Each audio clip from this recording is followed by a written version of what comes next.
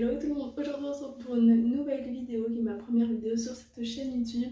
J'ai déjà fait des vidéos il y a pas mal de temps, enfin, je dirais maximum 1 an, où je parlais de Schleich.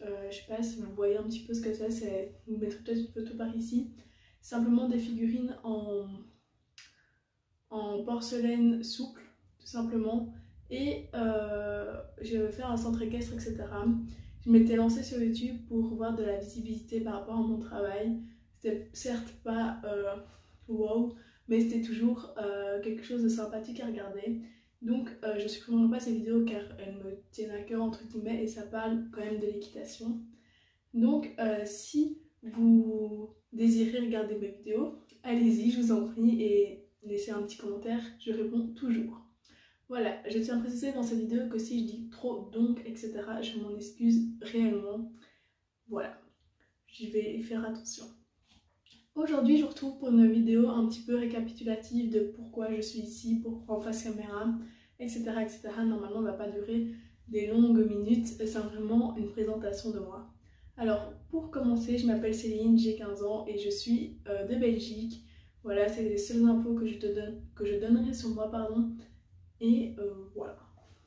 Alors, j'ai commencé l'équitation à l'âge de 14 ans, en septembre 2020. Pourquoi je n'ai pas commencé avant? Parce que c'est pas courant de commencer l'équitation à 14 ans. C'est vrai, généralement on commence vers 5-6 ans, voire plus jeune encore. Mes parents n'étaient pas trop chauds pour que je commence l'équitation car au niveau des chutes, etc., ça pouvait vite mal tourner. Et c'est vrai, ils ont totalement raison par rapport à ça. J'étais jeune et comment dire, il n'y a personne dans ma famille qui fait de l'équitation, donc c'est vrai qu'ils se demandaient un petit peu pourquoi je voulais faire, pourquoi si, pourquoi ça, ils se posaient un petit peu des questions et ils croyaient que c'était un petit peu un passe-temps enfin un sport qui allait me passer tout simplement. Et puis pendant le premier confinement, j'ai commencé à faire des recherches dans un centre équestre proche de chez moi, mais qui respecte quand même le bien-être animal, ce qui est très important pour moi. J'ai trouvé un centre équestre, j'ai fait un stage avec ma meilleure amie, le site internet donnait très envie. C'était un petit centre équestre familial où il devait compter une vingtaine de chevaux, enfin un double poney, quelque chose comme ça. Et on s'est retrouvé à un stage avec 40 enfants, avec 5-6 enfants par cheval, enfin c'était n'importe quoi, pas de prix, les chevaux étaient... Bref, l'horreur, donc je suis vite partie de là et je n'ai jamais remis un pied, tout simplement. Et du coup, j'ai continué mes recherches, etc. Et une amie m'a dit, bah, va à tel centre équestre, tu verras, c'est proche de chez toi. Et le bien-être animal y est. Ils sont super accueillants, etc. Et ils te respecteront sans souci.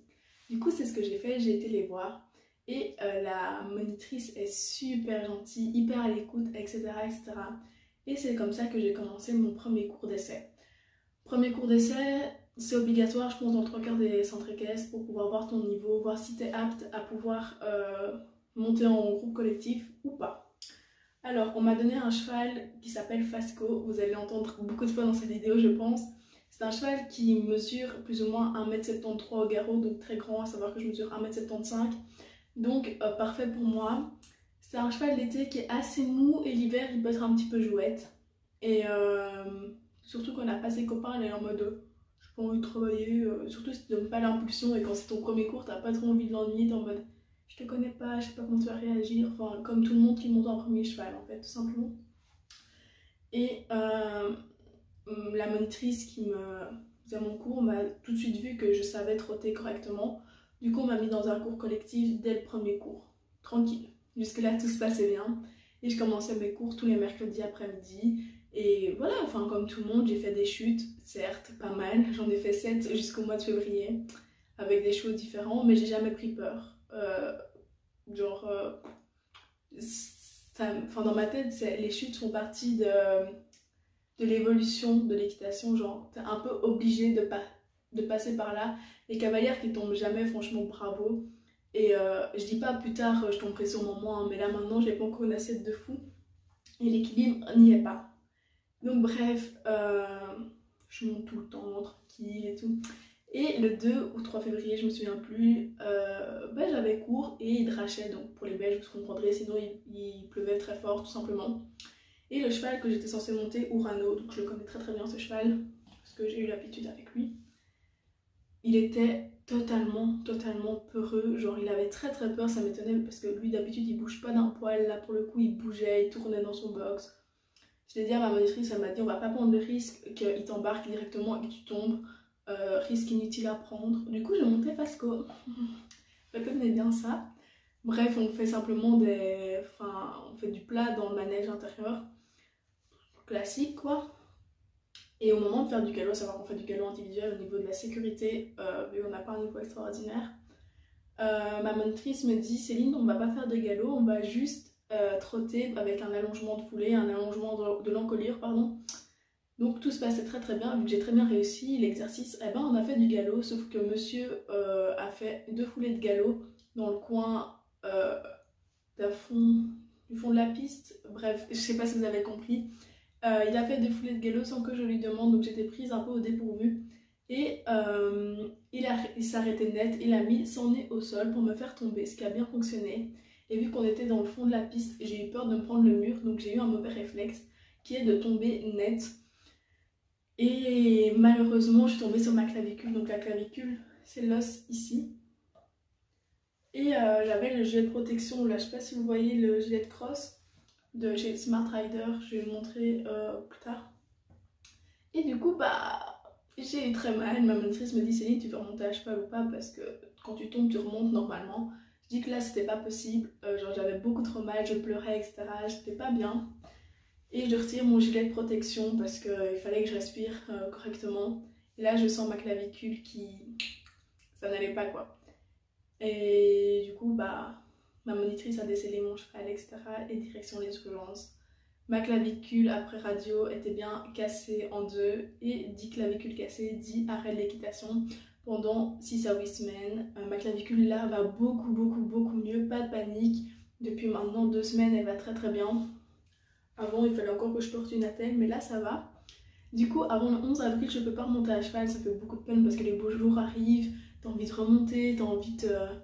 Surtout que t'as plus mal, donc t'es là au bord de la piste, t'es en mode... Parce que oui j'y vais tous les mercredis du coup quand même prendre des photos pour mes amis et tout simplement pour voir les chevaux, voir ma monitrice et puis c'est mon cours donc j'ai un peu envie de suivre quand même les avancées. Et puis être sur le bord de la piste mène aussi à différentes réflexions qu'on peut se faire au niveau de ta position, au niveau des défauts de chacune et au niveau des qualités de chacune également. C'est pas parce que tu es débutante que tu as que des défauts ou à l'inverse. Voilà pour ça. Et pour en venir au fait que du coup sur cette chaîne vous allez trouver, donc ma prochaine vidéo ce sera présentation de toutes mes affaires d'équitation parce que justement j'en ai pas mal et c'est un sujet qui me tient à cœur en tant que débutante d'avoir des affaires d'équitation. Bref, ça sera le sujet de la prochaine vidéo que vous allez voir juste après celle-ci. Je vais essayer de poster une fois semaine, voilà, que ce soit des cours, des stages, des hauls, des avant-hauls, des tout ce que vous voulez. Vous allez tout trouver de tout sur ma chaîne en rapport avec l'équitation. Donc voilà. Quoi d'autre ah oui, du coup, je termine mon certificat médical le 11 avril et le 12 avril, donc la 2e semaine de Pâques en Belgique en tout cas. Je fais un stage d'équitation de 5 jours à mon manège. Normalement, vous allez voir mon manège sans souci dans mes vidéos, etc. Si vous reconnaissez le manège, vous êtes bien gentil de ne pas le dire en commentaire parce que je n'ai pas l'autorisation de divulguer cette information, tout simplement. Du coup, voilà. J'espère que cette vidéo vous aura plu. Je vois qu'elle dure déjà 9 minutes, donc je pense 9 minutes de blabla. Tout ça pour vous dire que j'espère que vous serez nombreux à suivre ma chaîne. Les critiques ne servent à rien. Les conseils, je suis preneuse à 1000% parce que les conseils sont toujours bons à prendre. Surtout quand tu es comme moi et que tu veux évoluer rapidement, efficacement et dans la